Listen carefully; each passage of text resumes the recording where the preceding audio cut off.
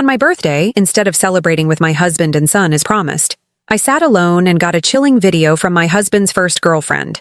She smugly toasted me on camera, reminding me he'd been too busy to include me in their plan, and I realized in that moment how completely I'd been erased. In the footage, my husband and my son were alongside her, and my son was embracing her, voicing a desire for her to be his mother.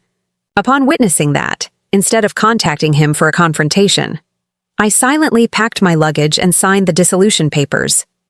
It was uncharacteristic for my husband Dominic to arrive home at midnight and discover the house completely dark.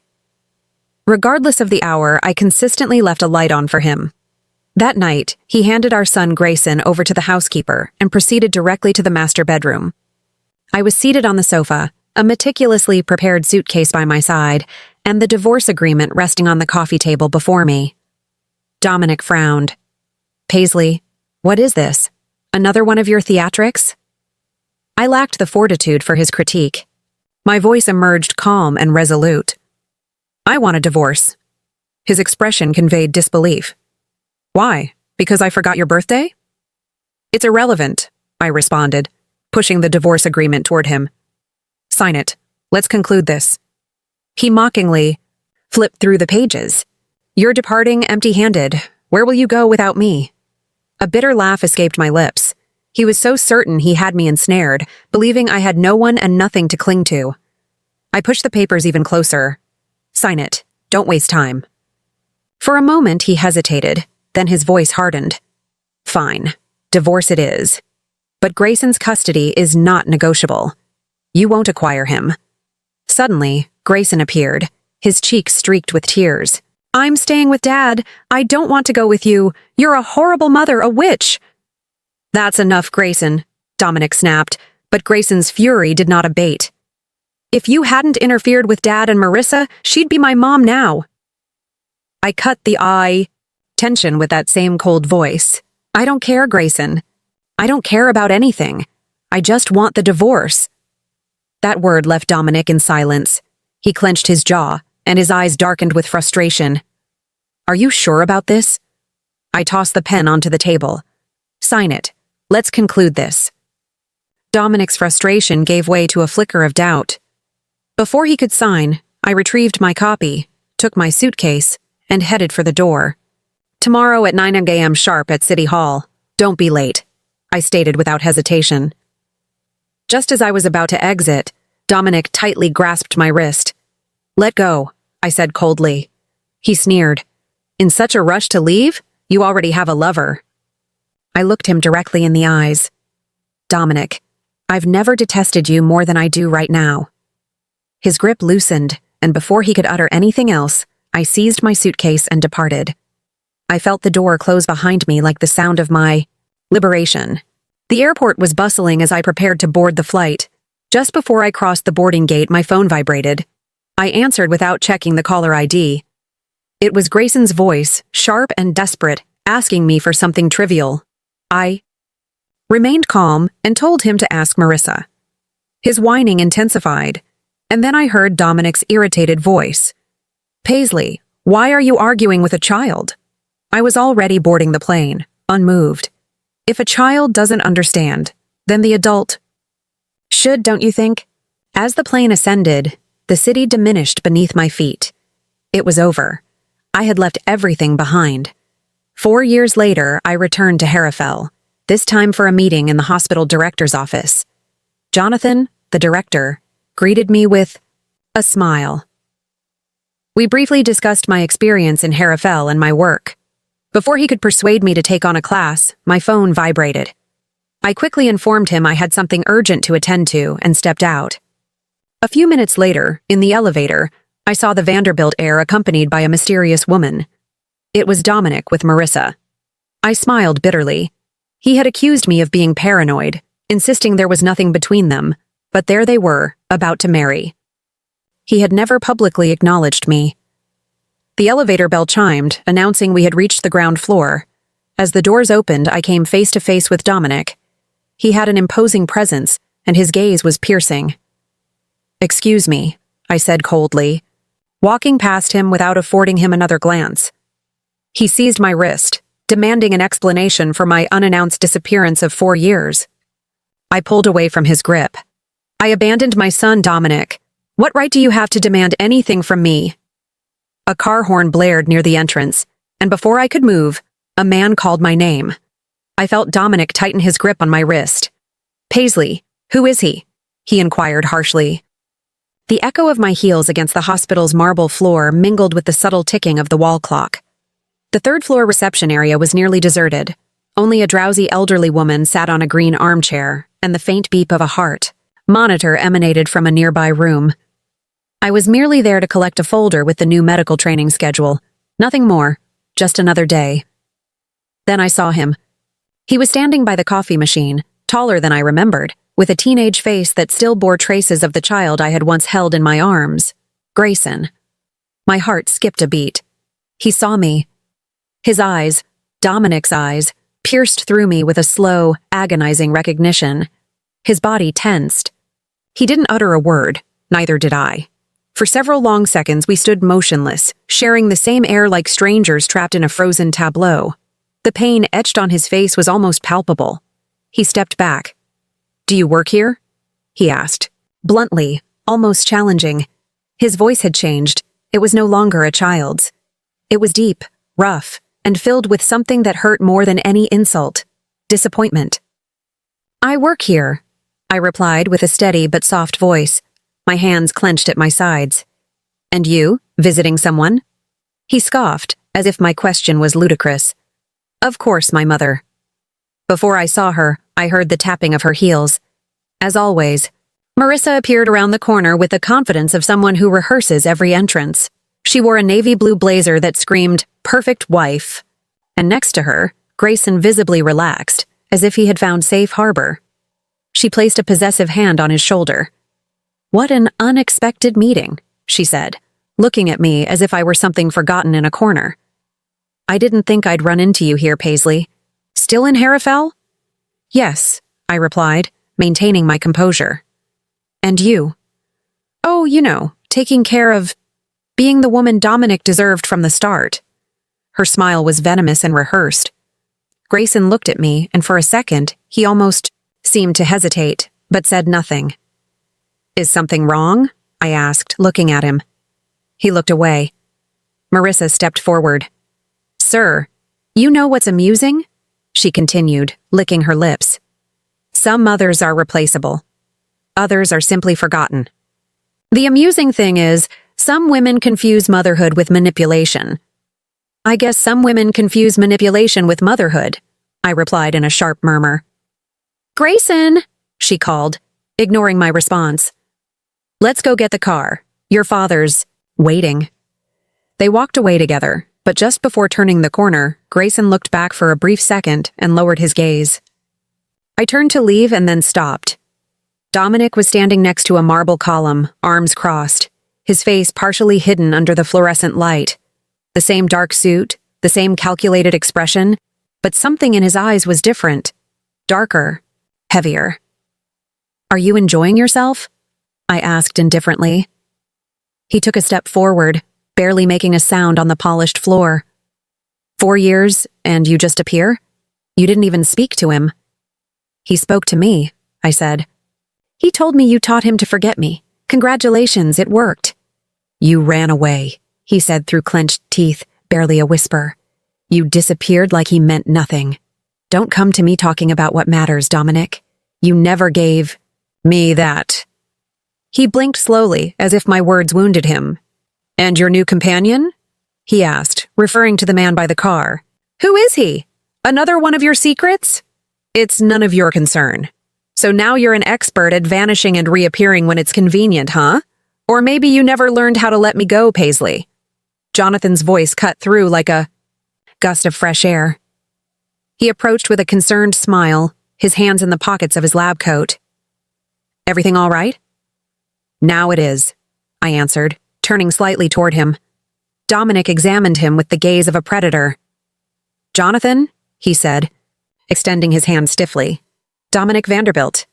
"I know who you are," Jonathan replied while shaking his hand, not smiling. They stared at each other for a couple of seconds, just a little too long. I was showing Dr. Paisley around the hospital, Jonathan clarified, emphasizing the word doctor as a subtle reminder. We're negotiating a potential hire, Jonathan clarified, emphasizing the word doctor as a reminder. Dominic stepped back slightly, narrowing his eyes. Of course. She's always been great at running from the hardest problems, even from her own family. Dominic, I murmured, warning him.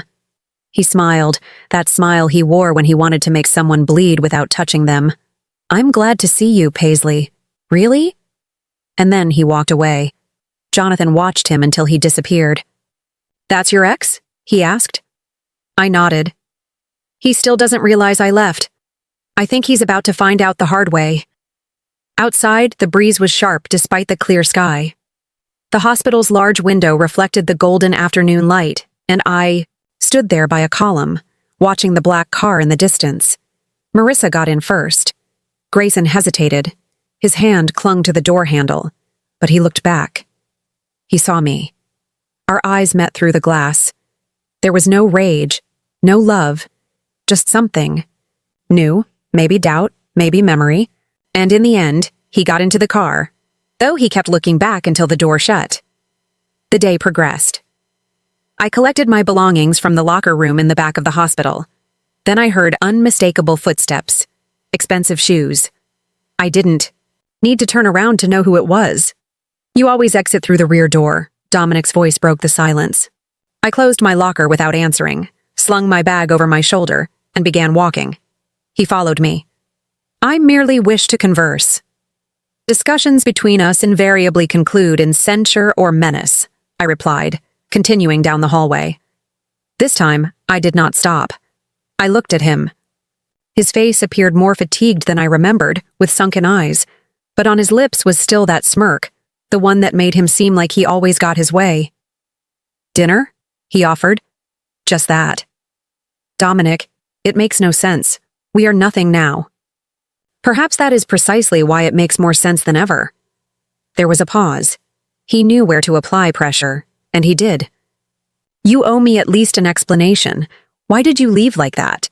Why did you never come for Grayson? I closed my eyes. One dinner, 7:30, I said without hesitation. But if you ask even one inappropriate question, I will rise and depart. He smiled. I couldn't discern if it was defeat or triumph. The restaurant was unchanged. The lamps still cast their soft amber glow over the tables. The instrumental music was barely audible. The same scent of fresh bread, herbs, and expensive wine. Nothing had changed, except me. Dominic was already seated. He had a glass of red, wine poured, and another one, empty, awaited me. I sat down without smiling. He pushed the glass toward me. For coming, he said, raising his own. He clinked his glass against mine, but I did not toast. Speak. I'm listening. He studied me closely, as if searching for a vulnerability in my defenses. The wedding with Marissa has been postponed, he said suddenly. Postponed or canceled? He shrugged. We're still deciding. I laughed without humor. Amusing. I thought you had already decided everything for me and for Grayson. Do you still care? Does it matter? He leaned forward, holding his glass, but not drinking from it. I am not here to argue, Paisley. Then what for? To feign you didn't destroy everything? His jaw tightened, though his gaze did not waver from mine. You know, Marissa appeared after we were already broken. You were distant, and I utilized that to seek emotional comfort, he said. You've always possessed a talent for justifying infidelity, and you've always possessed a talent for fleeing before hearing the explanation. My wine glass remained untouched. The food arrived, but neither of us touched our plates. Dominic looked down, speaking softly. He doesn't inquire about you, but sometimes I hear him murmuring your name in his sleep. Once, he even shrieked it. I closed my eyes. Don't tell me that. Don't use it now. I am merely conveying the truth, Paisley. You were everything to him, and you obliterated it. With videos, with falsehoods, with substitutes. I know.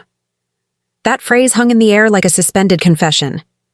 I detested you for a long time, he said, but I detest even more that I cannot expel you from my thoughts. The soft background music seemed to recede, Or perhaps it was just the tension intensifying until someone cleared their throat beside us. Jonathan. What a surprise, he said, looking from Dominic to me. Jonathan? I began, but he raised his hand. It's all right. I'm just here to collect a takeout order. He looked away at Dominic. Amusing seeing you here. I thought you were in Paris with your fiancé. Dominic gave a smile that didn't reach his eyes. Plans change. Some people don't, Jonathan noted, walking away from the table. Dominic said nothing for a while. This signifies nothing, he finally said. This dinner. I know, I answered, though it didn't sound as firm as I hoped. You and Jonathan? He asked, swirling the wine in his glass. Are you serious? I let out a joyless laugh. Are you seriously asking me that after Marissa? I'm merely inquiring, not judging. Dominic, you judge even when you are silent. He set his fork down on the plate with excessive force. It's ironic. I always noticed the way he observed you since your arrival in Harrowfell, the kind of man who waits for you to stumble so he can be there to catch you. And you always possessed a knack for perceiving adversaries where there were only respectable individuals. Silence returned until he murmured unexpectedly, Does he touch you? The fork slipped from my hand.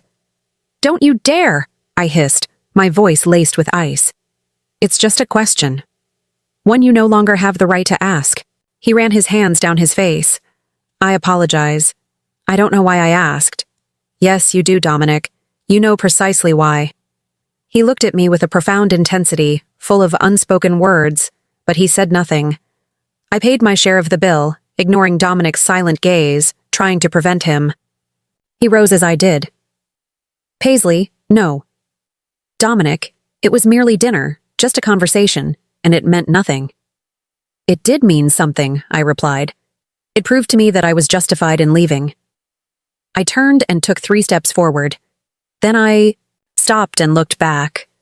He was still seated there at the same table, the food untouched, the wine half full, surrounded by the memory of what we once were. For the first time, Dominic appeared diminished. I walked away. The doorbell rang at 7:47 p.m. sharp, like a punch to the chest. I peered through the peephole and didn't recognize him at first. But then I saw it clearly. The haircut, tense shoulders, hesitant eyes beneath the hood. I opened the door. Grayson. He hesitated, but then stepped into the aroma of my home. Ginger, tea, old books, silence. It enveloped him. I didn't think you'd open. I never thought you'd knock. He dropped his backpack on the floor. Marissa yelled at me. She said I was ungrateful just because I asked her the real reason you left. She said you ran off with another man, but I heard Dad say something different. What did you hear? That it was him who sent that video, the one on your birthday. I held my breath. He said he wanted to open my eyes that you were unstable, but now I don't know who was right anymore. I don't understand why you left without saying anything. I was 9. He sank onto the sofa like he couldn't stand. I really hated you, and still always. What if it was all a lie? I saw that video, Grayson, on my birthday. Alone. No cake. No candles. He looked at me, unblinking. I saw you hugging the woman who stole my husband. I heard you say you wished she was your mother. I was just a kid. I barely remember it, but it hurt me so much I couldn't look you in the eyes. I got on a plane and ran away because I didn't know how to face that pain. He lowered his gaze. Do you hate me? No. I only hated myself for believing I was irreplaceable. His eyes welled up. Then why didn't you come back? Because you called me a witch. He swallowed hard, clearly, affected, and I was glad he felt it. Sometimes pain means growth. I'm really sorry, he whispered. I just needed a mother who stayed, and I needed a son who called. There was silence. And now? He asked. Now we're here, and that's more than I thought we'd have. He nodded, like someone who didn't know what to say. Loud knocks echoed at the door. I'll get it, said Grayson, rising. When he opened the door, Marissa appeared, flawless makeup and that smile that never reached her eyes. Grayson! God, I was so worried. Your father's desperate looking for you. I know, he replied, not moving from the doorway. She tried to come in, but he didn't step aside. What are you doing here? Marissa asked, her smile cracking when she saw me at the back of the room. He came to hear the truth, I replied. Marissa turned to Grayson. Her truth? She abandoned you. I was there. I raised you.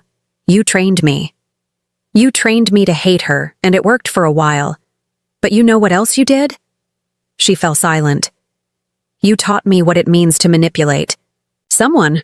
Thanks for that. Grayson tried again, his voice shaking. Leave, Marissa. Now. She hesitated, perhaps unsure of what to say. For the first time, she actually left. When Dominic arrived, the door was already open. Grayson was still on the sofa drinking tea. I was standing. I came to get my son, Dominic said in the quietest voice I'd ever heard from him. He'll leave when he wants to, I replied. Grayson didn't move. Did you tell him the truth? Dominic asked. I told him enough, I sighed. I ruined everything, Paisley. You always thought you could control everything, even emotions. He took a step forward. I still love you. I still remember you. I said, but it's not the same, Dominic. He lowered his eyes. And if? Dominic, I cut him off. What we had is buried. It won't bloom again? Sometimes love just isn't enough? He nodded in defeat. Take care of him, he whispered, motioning to Grayson. Now he gets to choose who takes care of him. Dominic left without looking back. Night fell slowly. The silence no longer felt heavy. It was comforting. Grayson was washing his mug in the kitchen. Can I stay a few days? Of course, I said, nodding softly like someone who wasn't used to being accepted without conditions. We could watch a movie. We could do everything we didn't do before. He gave me a small, genuine smile. We sat on the couch together. He held the remote. I sat with my legs crossed. No one spoke as the credits rolled, but we were there. For the first time, we were there together,